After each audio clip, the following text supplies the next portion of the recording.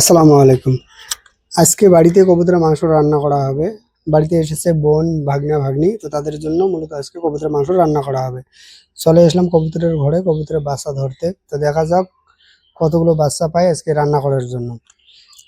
যদিও কালকে এখানকার কবুতরের বাচ্চা বিক্রি করা হয়েছে, খুব একটা বেশি বড় বাচ্চা নাই। মাংসের জন্য একটু ছোট হলেও চলে, বিশেষ করে কবুতরের বাচ্চার ক্ষেত্রে। তো অনেকে আছেন আমার খামারে নিয়মিত ভিডিও দেখেন, কিন্তু আপনারা শুধু এটাই দেখেন যে আমি কবুতরের বাচ্চাগুলো বিক্রি করি। এটা কি আমরা কখনো মাংসের জন্য ব্যবহার করে থাকি কিনা, বা কবুতরের বাচ্চা আমরা সাধারণত মাংস হিসেবে খাই কিনা। তো আমি বলি, আমাদের ফ্যামিলিতে লোক সংখ্যা খুবই কম, 5 জনের ফ্যামিলি। এই 5 জনের মধ্যে বাচ্চা আছে 2 জন, বয়স্ক লোক আছে, এর পাশাপাশি আমি তো আছি। এখানে শুধু একজন আছে রান্না বান্না করার জন্য। এখন রান্না বান্না করে, এর পাশাপাশি আবার খামারের জিনিসগুলো দেখাশোনা করে। তো এক্ষেত্রে কবুতরের বাচ্চা বলেন আর হাঁস বলেন, এগুলো রান্না করতে গেলে কিন্তু অনেকটা সময় দিয়ে এগুলোকে রান্না করতে হয়, মানে এগুলোর পেছনে কিন্তু অনেকটা সময় দিতে হয়। সেক্ষেত্রে দেখা যায় যে অন্যান্য যে কাজগুলো আছে সেগুলো কিন্তু পিছিয়ে যায়। বিশেষ করে এটার জন্যই সাধারণত এই কবুতরের মাংস, এর পাশাপাশি হাঁসের মাংস খুব একটা বেশি রান্না করা হয় না। আর মুরগির মাংস কিন্তু আমার খুব একটা বেশি পছন্দ নয়। তবে বাড়িতে যখন আত্মীয় আসে তখন আমরা চেষ্টা করি, বাড়িতে যদি হাঁস এর পাশাপাশি কবুতরের বাচ্চা থাকে, যদিও সবসময় থাকে, চেষ্টা করি সেটা রান্না করার। কিন্তু অনেক সময় আবার দেখা যায় কোনো কোনো আত্মীয় স্বজন আবার হাঁসের মাংস এর পাশাপাশি কবুতরের মাংস খায় না। তো সেক্ষেত্রে তো ভিন্ন কথা। আজকে 8 জনের জন্য 5 পিস কবুতরের বাচ্চা রান্না করব। তো সেই হিসেবে কবুতরের ঘরে এসেছিলাম। তো এসেই তো প্রথমে এক জোড়া কবুতরের বাচ্চা পেলাম। এরপর আর সেই রকম বাচ্চা খুঁজে পাচ্ছি না। মানে কোথাও সিঙ্গেল বাচ্চা বড় আছে, নয়তো কোথাও দুটো বাচ্চার মধ্যে একটা বাচ্চা মোটা তাজা ভালো আছে আর একটা বাচ্চার কোয়ালিটি খারাপ।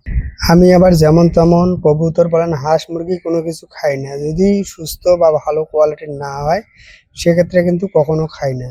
রোগা সোগা বা কোনো বাচ্চার যদি কোনো রকম সমস্যা থাকে বা হাঁস মুরগির যদি কোনো রকম সমস্যা থাকে, তো সেক্ষেত্রে আমি সেই মাংসটা কখনোই খাই না। বিশেষ করে কালকে যে 2 জোড়া কবুতরের বাচ্চা বিক্রি করা হয়েছিল, তো যারা মাংসের জন্য কালকের বাচ্চাটা নিয়েছিল তাদেরকেও কিন্তু আমি কোনো রকম, এখানে যে একটা বাচ্চার কোয়ালিটি খারাপ ছিল সেটা কিন্তু আমি দেইনি। এখান থেকে যেটার কোয়ালিটি ভালো ছিল সেই বাচ্চাটা দিয়েছি।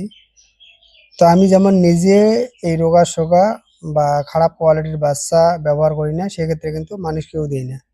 কালকে যে 2 জোড়া কবুতরের বাচ্চা বিক্রি করা হয়েছে, তো সেটা কিভাবে বিক্রি করা হয়েছে আপনাদেরকে একটু বলি। মূলত এই 2 জোড়ার মধ্যে এক জোড়া ঠিকঠাকই ছিল, আর এক জোড়া যে আছে এই এক জোড়ার মধ্যে একটার সাইজ ভালো ছিল বা কোয়ালিটি ভালো ছিল, এর পাশাপাশি একটার কোয়ালিটি খারাপ ছিল। তো এখানে আমি যেটা করেছি সেটা হচ্ছে যে এখানে অন্য আরেকটা সিঙ্গেল বাচ্চা ছিল, তো সেটা দিয়েছি। তো এইভাবে কিন্তু কালকে 2 জোড়া কবুতরের বাচ্চা বিক্রি করা হয়েছে। এখন যে খারাপটা আছে তো সেটা, এর পাশাপাশি আজকেও কিন্তু আমি এক জোড়ার মধ্যে একটার কোয়ালিটি ভালো আছে, একটার কোয়ালিটি একটু খারাপ আছে। তো যেটা ভালো আছে সেটা নিয়েছি। এখন কথা হচ্ছে কালকের যে একটু কোয়ালিটি খারাপ আছে সেই বাচ্চাটা, এর পাশাপাশি আজকের একটু যে কোয়ালিটি খারাপ আছে, এই 2 কোয়ালিটি খারাপের বাচ্চাটা এখন এক জায়গায় রাখবো। যদিও খুব একটা বেশি খারাপ নয়, মানে সামান্য খারাপ, তবে এটাকে আমি এক জায়গায় রাখবো। যদি এগুলো নিজের থেকে ঠিকঠাক হয় তো ভালো, আর যদি না হয় তো যে অবস্থায় যেখানে আছে সেখানে থাকবে।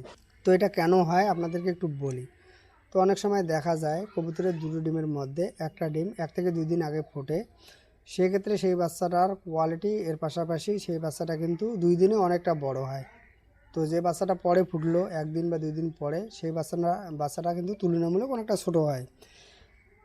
এবার যখন কবুতর এই বাচ্চাগুলোকে খাওয়ায় তখন যেটা হয় সেটা হচ্ছে যে বড় যে বাচ্চাটা আছে সেটা কিন্তু আগে খাবারটা খায়, এর ফলে ছোটো বাচ্চাটা ছোটোই থেকে যায়। এটা কিন্তু তুলনামূলক খাবার পরবর্তীতে কম পায় বা কবুতর কম খাওয়ায়। তো এইভাবে কিন্তু এই বাচ্চাগুলো অনেক সময় ছোট হয়ে থাকে। যাই হোক, অবশেষে আমরা 4 পিস কবুতরের বাচ্চা পেয়েছি। এই হচ্ছে তার মাংস। আজকে এই পর্যন্ত। যদি ভিডিও ভালো লাগে একটা লাইক দেবেন। আসসালামু আলাইকুম।